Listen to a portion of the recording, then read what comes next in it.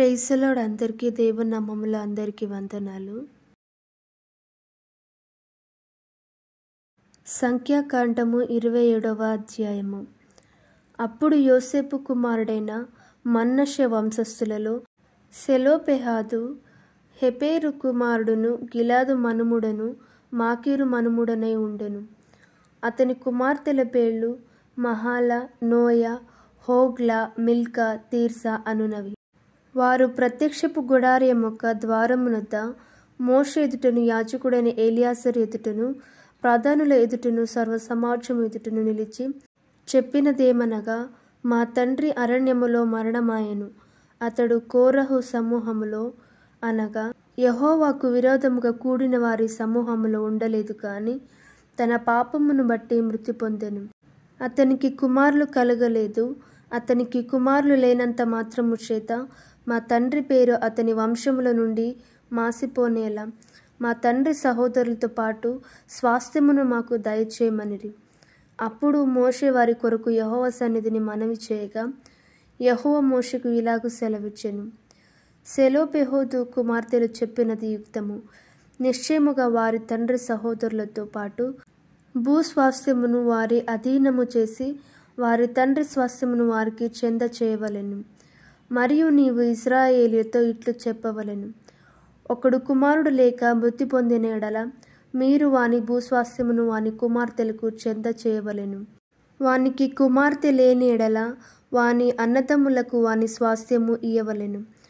వానికి అన్నదమ్ములు లేని ఎడల వాని స్వాస్థ్యమును వాని తండ్రి అన్నదమ్ములకు ఇయ్యవలెను.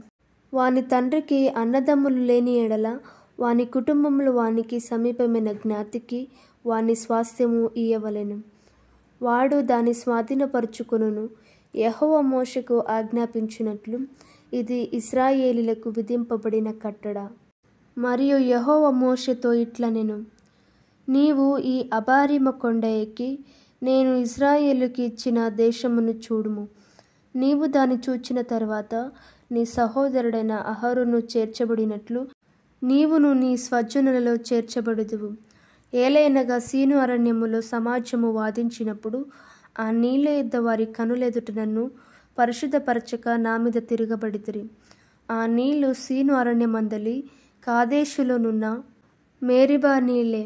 అప్పుడు మోషే యెహోవాతో ఇట్లనెను, యెహోవా సమస్త మానవుల ఆత్మలకు దేవా, యెహోవా సమాజము కాపరి లేని గొర్రెల వలె ఉండకుండునట్లు ఈ సమాజము మీద ఒకని నియమించుము. అతడు వారి ఎదుట వచ్చుచు పోవచ్చు నుండి వారికి నాయకుడుగా ఉండుటకు సమర్థుడై ఉండవలెను. అందుకు యెహోవా మోషేతో ఇట్లనెను, నూను కుమారుడైన యెహోషువ ఆత్మను పొందినవాడు. నీవు అతన్ని తీసుకొని అతని మీద నీ చేయి ఉంచి యాజకుడగు ఎలియాజరు ఎదుటను సర్వసమాజం ఎదుటను అతని నిలువబెట్టి వారి కనుల ఎదుట అతనికి ఆజ్ఞయిమ్ము. ఇశ్రాయేలీయుల సర్వసమాజము అతని మాట వినునట్లు అతని మీద నీ ఘనతలో కొంత ఉంచుము. యాజకుడైన ఎలియాజరు ఎదుట అతడు నిలువగా అతడు యెహోవా సన్నిధిని ఊరీము తీర్పు వలన అతని కొరకు విచారింపవలెను.